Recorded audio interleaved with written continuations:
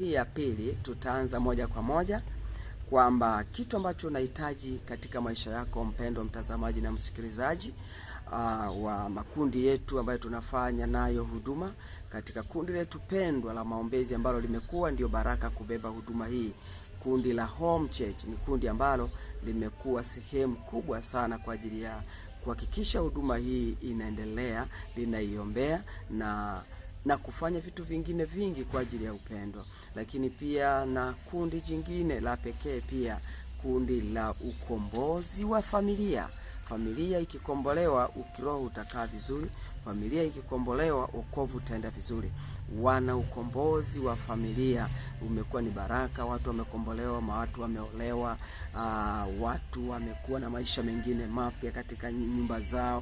Kwa hiyo niwashukuru. Lakini kuna kundi la nguvu ya Roho Mtakatifu, lakini kuna makundi mengine mengi. Kuna kundi la Faith Outreach Ministry Aboda. Kwa hiyo tumekuwa na vikundi vingi ambavyo vinasimama kwa ajili ya huduma hii na kuhakikisha kwamba kazi inaendelea vizuri, lakini bila kuwasahau na makundi mengine mengi. Mungu awabariki sana. Sasa somo letu ambalo linasema kwamba katika mwaka 2026 au mwezi wa 12 tarehe 24-25 kuelekea tarehe 1, kitu pekee ambacho unakihitaji kwenye maisha yako ni kubadilishiwa roho.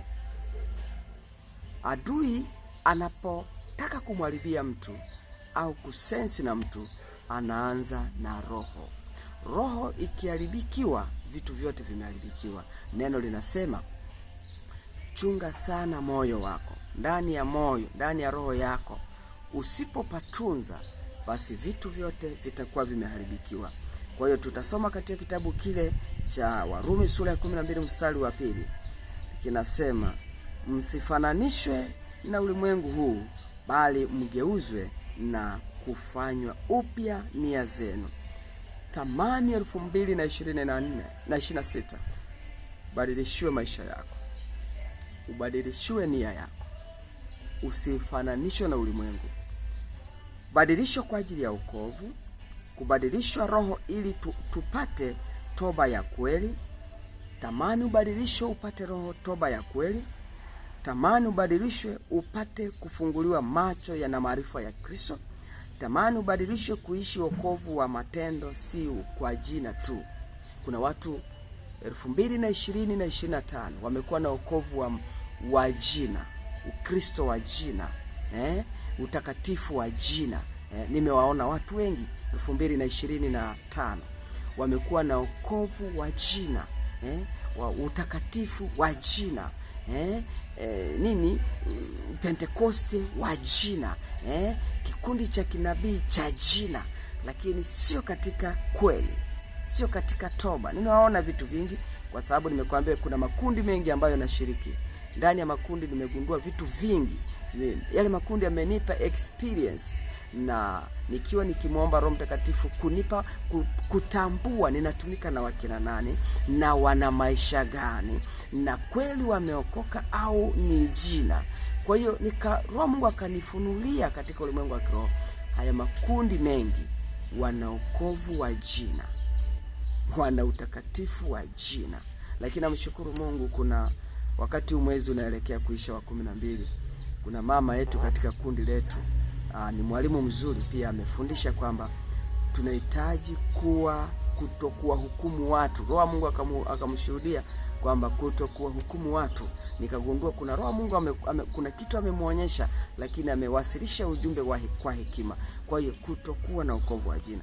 Lakini pia tutakuja kuangalia katika familia, ambao tumejifunza kwamba somo letu kwamba tunahitaji kubadilishwa 2026 katika familia. Tuwe na vitu ambavyo vinakuwa na baraka kwa ajili ya familia. Roho wa upendo, amani na msamaha. Familia nyingi zimekuwa katika vifungo vya kutokuwa na upendo, vifungo vya kutokuwa na amani, vifungo vya kutokuwa na msamaha, na uingiaji katika familia ambazo pia sio nzuri. Kwa hiyo tunahitaji katika familia tupate, katika 2026 tuwe na familia ambazo zina amani, tuwe na familia ambazo zina upendo, lakini pia familia ambazo zina msamaha, lakini familia ambazo zinakubali kuiga utakatifu wa Kristo.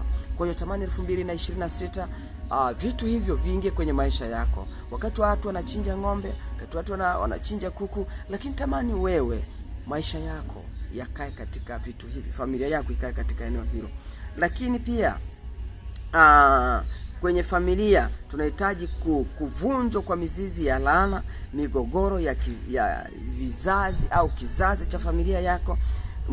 Tamani kwenye familia yako iwe na msingi wa Yesu Kristo.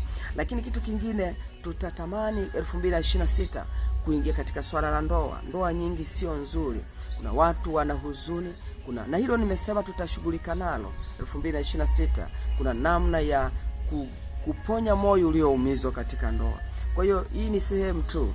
Tamani kwenye maisha yako 2026 kwa tamani ubadilishiwe ndoa yako kwa ajili ya ndoa, kubadilishwa mioyo ili kuacha kiburi na ukaidi, kurejeshwa kwa heshima, uaminifu na upendo na agano, ndoa kuwa madhabahu ya kumtumikia Mungu. Unaona vitu kama hivyo. Ndoa zingine zimekuwa ni madhabahu za kesi, madhabahu za kuuana. Lakini tunatamani 2026 ndoa ya watakatifu wa Kristo iwe ndoa ya madhabahu ya kumtumikia Mungu. Lakini kwa ajili ya afya, watu walianza 2025 na afya mgogoro.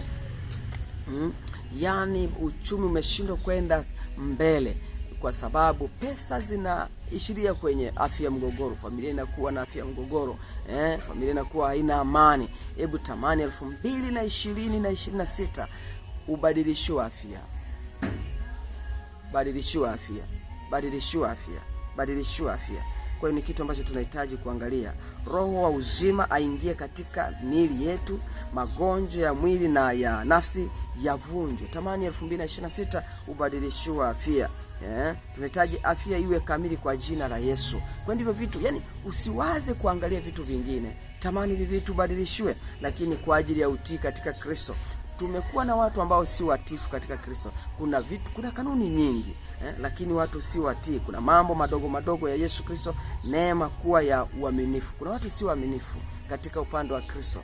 Yaani wapo tu lakini si waaminifu. Tamani sasa Roho wa Mungu ubadilishiwe roho, uwe mtii kwa ajili ya Yesu Kristo. Ubadilishiwe roho yako kusikia sauti ya Mungu, kusikia sauti ya Mungu, kusikia Roho Mtakatifu akinena juu yako, lakini na kuletewa baraka kwa ajili ya wokovu. Lakini hitimisho nataka nifanye kuwa fupi sana kwa sababu 2020 na 26 nimekueleza toka zamani kwamba tutakuwa na mafundisho ambayo ni mengi ambayo yatakuwa ni baraka kwa ajili yako tu, kwa ajili ya ndoa, kwa ajili ya familia, kwa ajili ya wokovu, namna gani ambavyo unaweza kujenga vipao vyako visiondoke, na namna gani unaweza kutokomeza, namna gani unaweza kujisalimisha. Lakini hapa nihitimishe kwamba tamani 2026 ubadilishiwe roho na kufanywa upya katika maarifa. Si tu na kubadilishwa katika hili si tukio la siku moja, inahitaji ufanye mchakato. Kwa hiyo ukilianza 2025